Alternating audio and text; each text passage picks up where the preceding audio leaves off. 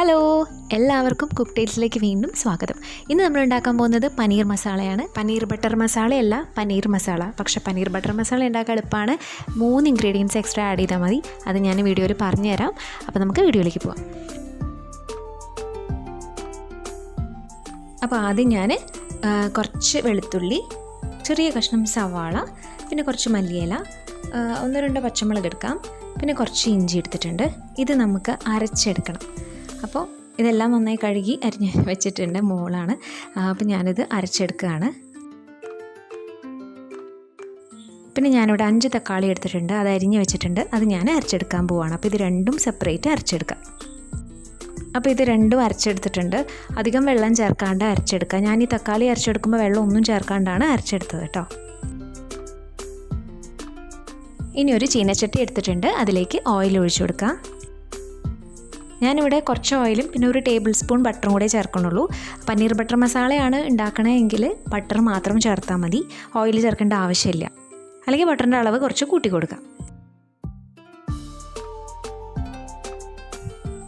എണ്ണയും ബട്ടറൊക്കെ നന്നായി ചൂടായിട്ടുണ്ട്. അതിലേക്ക് ഞാനൊരു 1/4 ടീസ്പൂൺ പെരിഞ്ജീരകം ഇട്ട് കൊടുക്കുകയാണ്. പിന്നെ വേണ്ടത് കറുവപ്പട്ട, ഗ്രാമ്പൂ, ഏലക്കായ, തക്കോലുണ്ടെങ്കിൽ അത് ഇട്ടോളൂ. എന്നിട്ട് അതൊന്ന് മൂത്ത് വരുമ്പോൾ നമുക്ക് ബാക്കിയുള്ള സംഭവങ്ങൾ ചേർക്കാം. ഓയിലിലേക്ക് ബട്ടർ ചേർത്തുകൊണ്ടാണ് കേട്ടോ അത് പതഞ്ഞ് വന്നത്. ഇനി ഇതിലേക്ക് 2 സവാള, അത്യാവശ്യം വലിയ സവാള പൊടിയായിട്ട് അരിഞ്ഞത് ഞാൻ ചേർത്ത് കൊടുക്കുകയാണ്.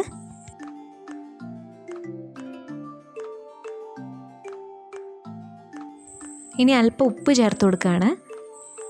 പിന്നെ വേണ്ടത് ഏകദേശം ഒരു 1/2 ടീസ്പൂൺ അല്ലെങ്കിൽ 1/4 ടീസ്പൂൺ പഞ്ചസാരയാണ് കേട്ടോ.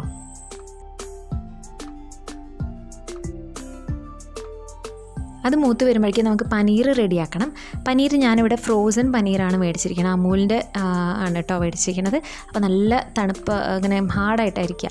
അപ്പോൾ ഞാനത് ചൂടുവെള്ളത്തിലിട്ട് വെച്ചതാണ്. അപ്പോൾ ഇത് ഇപ്പം നന്നായി സോഫ്റ്റ് ആയിട്ടുണ്ട്. അത് ഞാൻ ഡ്രെയിൻ ചെയ്തെടുത്തിട്ടുണ്ട്. ഇനി അതിലേക്ക് അല്പം മഞ്ഞൾപ്പൊടി, ഒരു 1/2 ടീസ്പൂൺ മഞ്ഞൾപ്പൊടി, പിന്നെ ഒരു 1/4 ടീസ്പൂൺ മുളക് പൊടി, പിന്നെ ഒരു 1/2 ടീസ്പൂൺ ഗരം മസാല പൊടി കൂടി ചേർത്തിട്ട് ആവശ്യത്തിന് ഉപ്പും കൂടി ചേർത്തിട്ട് ഒന്ന് നന്നായിട്ട് മിക്സ് ചെയ്തെടുക്കുക. കൈവച്ച് മിക്സ് ചെയ്യാണ് നല്ലത്. അപ്പോൾ പനീർ പീസസ് ഒന്നും ഉടഞ്ഞു പോവില്ല കേട്ടോ. ഇതാ അങ്ങനെ ഞാൻ നന്നായിട്ട് മിക്സാക്കി എടുത്തിട്ടുണ്ട്. ഇനി ഇതൊരു 10 മിനിറ്റ് ഫ്രിഡ്ജിൽ വയ്ക്കുക. നിർബന്ധമില്ല, വെച്ച് കഴിഞ്ഞാൽ നല്ലതാണ്. എന്നിട്ട് ഫ്രൈ ചെയ്യാം. അപ്പോൾ ഇതാ ഞാൻ ഒരു പാൻ എടുത്തിട്ടുണ്ട്. അതിലേക്ക് കുറച്ച് ബട്ടർ ചേർക്കുകയാണ്. ഒരുപാട് ബട്ടർ ചേർത്ത് നമുക്ക് ഫ്രൈ ചെയ്യേണ്ട ആവശ്യമൊന്നുമില്ല. ഒരു 2 ടീസ്പൂണോ അത്രയൊക്കെ മതി. എന്നിട്ട് നമുക്കതിലേക്ക് നമ്മുടെ പീസസ്, അതായത് നമ്മുടെ പനീർ നമ്മൾ ഫ്രിഡ്ജിൽ വെച്ചിട്ടുണ്ട് 10 മിനിറ്റേക്ക്, അതെടുത്തിട്ട് നമുക്കൊന്ന് ഫ്രൈ ചെയ്യണം, ഷാലോ ഫ്രൈ ചെയ്യണം. ഇതിങ്ങനെ തിരിച്ച് മറിച്ചു വിട്ടിട്ട് എല്ലാ സൈഡും ഒന്ന് മൊരിയിച്ചെടുക്കുക.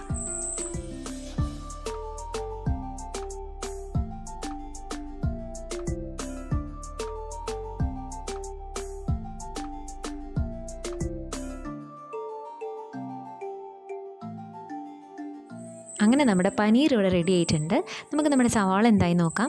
ഇതൊരു പകുതി മൂത്ത് വരുമ്പോൾ അതിലേക്ക് നമ്മൾ അരച്ച് വെച്ചിട്ടുള്ള കൂട്ടില്ലേ, അതായത് വെളുത്തുള്ളി, ഇഞ്ചി, പച്ചമുളക്, മല്ലിയില, സവാള, ഇതിൻ്റെ അരച്ച് വെച്ച ആ കൂട്ട് ഇതിലേക്ക് ചേർത്തിട്ട് നന്നായിട്ടൊരു ബ്രൗൺ കളർ ആവുന്നവരെ വഴറ്റിയെടുക്കുക.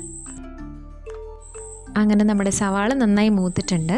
ഇനി ഇതിൽ നിന്ന് നമ്മൾ നേരത്തെ ചേർത്ത ഏലക്കായ, ഗ്രാമ്പൂ, പട്ട കളയണമെന്നില്ല, പട്ട അതൊക്കെ എടുത്ത് കളയുകയാണെങ്കിൽ നന്നായിരിക്കും. കറി കഴിക്കുമ്പോൾ അത് ഇടയിൽ വന്നു കഴിഞ്ഞ് കഴിഞ്ഞാൽ കറിയുടെ എല്ലാ രസവും പോവും. അപ്പോൾ അത് ഞാൻ എടുത്ത് കളയുന്നുണ്ട്.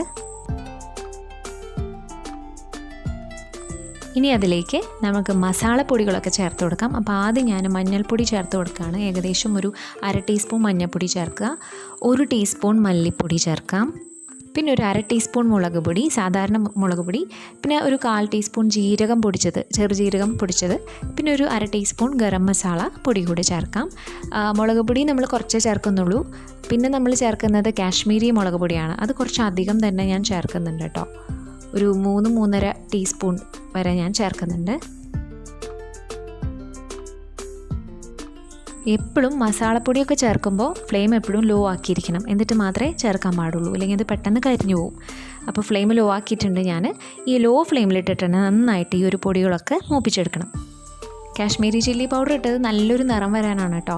ഇല്ലെങ്കിൽ നല്ലൊരു നിറം ഉണ്ടാവില്ല നമ്മുടെ കറിക്ക്. സാധാരണ പഞ്ചാബി ദാബ സ്റ്റൈലൊക്കെ ആണെങ്കിൽ നല്ല റെഡിഷ് ഓറഞ്ച് കളറായിരിക്കും. അപ്പോൾ അതുകൊണ്ടാണ് ഞാൻ കാശ്മീരി ചില്ലി പൗഡർ ഇട്ടത്, ഇല്ലാത്തവർ ഇടണമെന്നില്ല കേട്ടോ. ഇനി ഇതിലേക്ക് നമ്മൾ നേരത്തെ അരച്ച് വെച്ചിട്ടുള്ള തക്കാളി, ഏകദേശം ഒരു 5 തക്കാളി വെള്ളം ചേർക്കാതെ അരച്ചതാണ്, അത് ചേർത്ത് കൊടുക്കുകയാണ്. ഇതിന് മുമ്പ് ഒരു കാശ്മീരി ചിക്കൻ്റെ റെസിപ്പി ഇട്ടിട്ടുണ്ടായിരുന്നു കേട്ടോ. അപ്പോൾ അത് നിങ്ങൾ ട്രൈ ചെയ്യാത്തവരുണ്ടെങ്കിൽ ഒന്ന് ട്രൈ ചെയ്തോളൂ. ഏകദേശം ഇതുപോലെയാണ്, പക്ഷേ വ്യത്യാസങ്ങളൊക്കെ ഉണ്ട്. പക്ഷേ നല്ല ടേസ്റ്റാണ്. ഒരുപാട് നല്ല അഭിപ്രായം എനിക്ക് കിട്ടിയിട്ടുണ്ട്, കുറേ പേര് ട്രൈ ചെയ്തിട്ട്. അതുകൊണ്ടൊന്ന് കണ്ടു നോക്കൂ. ഞാൻ ഡിസ്ക്രിപ്ഷൻ ബോക്സിൽ അതിൻ്റെ ലിങ്ക് കൊടുക്കാം. ഈ ഒരു ഗ്രേവി നന്നായിട്ട് കുക്കായിട്ടില്ലെങ്കിൽ ഒരു പച്ച ചുവ ഉണ്ടാവും കേട്ടോ നമ്മൾ കറി കഴിക്കുമ്പോൾ. അതുകൊണ്ട് അത് പ്രത്യേകം ശ്രദ്ധിക്കുക, നന്നായിട്ട് കുക്ക് ചെയ്യണം. ഇതിപ്പോൾ നല്ലൊരു റെഡിഷ് കളറാണ് കേട്ടോ. അപ്പോൾ ഞാൻ അതിൻ്റെ ഫ്ലാഷ് ഓഫ് ചെയ്ത് കാണിച്ചു തരാൻ കണ്ടോ, നല്ല കളറാണ്.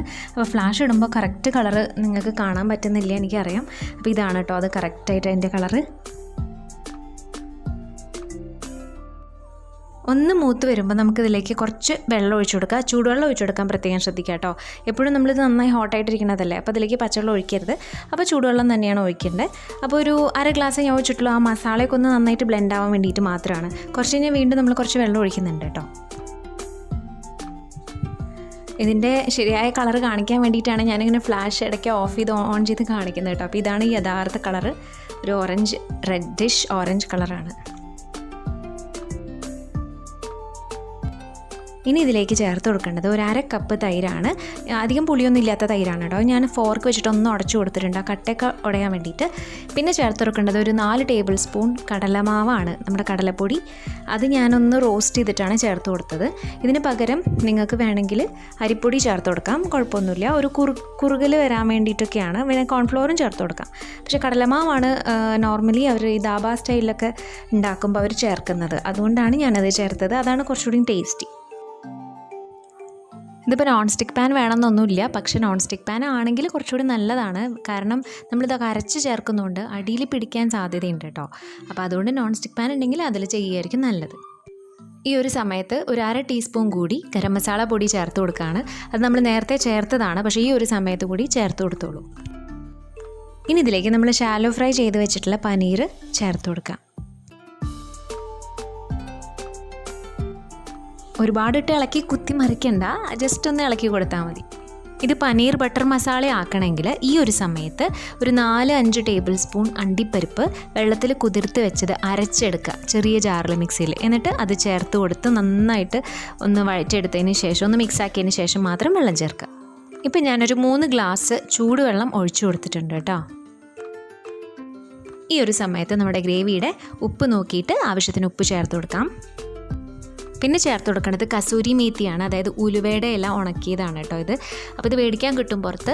അപ്പോൾ അത് ജസ്റ്റ് ഒന്ന് കയ്യിൽ വെച്ചിട്ടൊന്ന് വേണമെങ്കിൽ ഒന്ന് ചൂടാക്കാം. ഒരു ചൂടുള്ള തട്ടുമൊക്കെ വെച്ചൊന്ന് ചൂടാക്കി കഴിഞ്ഞാൽ അതിങ്ങനെ ക്രഷ് ചെയ്യാൻ എളുപ്പമുണ്ട്.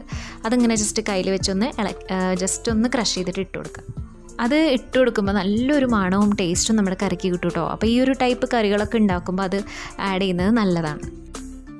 പിന്നെ ചേർത്ത് കൊടുക്കേണ്ടത് മല്ലിയിലയാണ്. മല്ലിയില നമുക്ക് ജസ്റ്റ് ഒന്ന് ചേർത്തിട്ട് ഒന്ന് മിക്സ് ചെയ്ത് കൊടുക്കുക. ആ ഒരു മല്ലിയിലയുടെയും കസൂരി മേത്തിയുടെയും ഒക്കെ ഫ്ലേവർ നമ്മുടെ കറിയിലേക്ക് വരാനാണ്. അപ്പോൾ കണ്ടോ, നമ്മുടെ കറിയുടെ യഥാർത്ഥ കളർ കണ്ടോളൂ. ഫ്ലാഷ് ഞാൻ ഓഫ് ചെയ്തിട്ട് കാണിക്കുകയാണ്. ഇതൊരു 5 മിനിറ്റ് അടച്ച് വെച്ച് കുക്ക് ചെയ്തിട്ട് നമുക്ക് ഫ്ലെയിം ഓഫ് ചെയ്യാം. അപ്പോൾ ഞാൻ 5 മിനിറ്റ് അടച്ച് വെച്ച് കുക്ക് ചെയ്തതിന് ശേഷം ഞാൻ ഫ്ലെയിം ഓഫ് ചെയ്തിട്ട് ഒരു 5 മിനിറ്റ് കഴിഞ്ഞു. അത് കഴിഞ്ഞിട്ടാണ് ഇപ്പോൾ ഞാൻ കാണിച്ചു തരുന്നത്. അപ്പോൾ നമ്മുടെ കറി റെഡി ആയിട്ടുണ്ട്. അപ്പോൾ ഇവിടെ പനീർ മസാല റെഡി ആയിട്ടുണ്ട്. ദാബ സ്റ്റൈലോ നല്ല ഒന്നാന്തരം പനീർ മസാല. നിങ്ങൾക്കിനി പനീർ ബട്ടർ മസാലയാണ് ഉണ്ടാക്കേണ്ടതെങ്കിൽ ഇതിലേക്ക് ഈ ഒരു സമയത്ത് നമ്മൾ നേരത്തെ പറഞ്ഞു അണ്ടിപ്പരിപ്പ് അരച്ച് ചേർക്കാനായിട്ട്, അതിൻ്റെ കൂട്ടത്തിൽ 2 ടേബിൾ സ്പൂൺ ബട്ടർ ചേർക്കുക. പിന്നെ ചേർക്കേണ്ടത് 1/4 കപ്പ് ഫ്രഷ് ക്രീമാണ്. ഫ്രഷ് ക്രീം ഇല്ലാത്തവർ 1/4 കപ്പ് നല്ല ഫ്രഷ് ആയിട്ടുള്ള പാൽപ്പാട ചേർത്ത് കൊടുത്താലും മതി. അപ്പോൾ അത്രേ വ്യത്യാസമുള്ളൂ. പനീർ മസാല എന്ന് പറയുന്നത് ഈ ഒരു രീതിയിലാണ് ചെയ്യുക. പനീർ ബട്ടർ മസാല എന്ന് പറഞ്ഞാൽ കുറച്ചുകൂടി റിച്ച് ആൻഡ് ക്രീമിയാണ്. അത്രേ വ്യത്യാസമുള്ളൂ. അപ്പോൾ എല്ലാവരും ഒന്ന് ട്രൈ ചെയ്തിട്ട് എനിക്ക് ഫീഡ്ബാക്ക് തരണം. നല്ല ടേസ്റ്റിയാണ് കേട്ടോ. ചപ്പാത്തിയുടെ കൂടെയും അതുപോലെ പൊറോട്ടയുടെ കൂടെയും ഒക്കെ അടിപൊളിയാണ്. തീർച്ചയായിട്ടും ട്രൈ ചെയ്ത് നോക്കുക. അപ്പോൾ നിങ്ങൾക്ക് എല്ലാവർക്കും ഇഷ്ടമായെന്ന് വിചാരിക്കുകയാണ് ഈ വീഡിയോ. ഈ റെസിപ്പി എല്ലാവരും ട്രൈ ചെയ്യുക. ഇഷ്ടമായിട്ടുണ്ടെങ്കിൽ ലൈക്ക് ചെയ്യാൻ മറക്കരുത്. ഇഷ്ടമായിട്ടില്ലെങ്കിൽ ഡിസ്ലൈക്ക് ചെയ്യാനും മറക്കരുത്. ചാനൽ സബ്സ്ക്രൈബ് ചെയ്യാത്തവരുണ്ടെങ്കിൽ പറ്റുമോ ഒന്ന് ചെയ്തിട്ട് പോണേ. അപ്പോൾ ഇനി മറ്റൊരു വീഡിയോ ആയിട്ട് വരാം. അതുവരേക്കും Tata. Thank you for watching.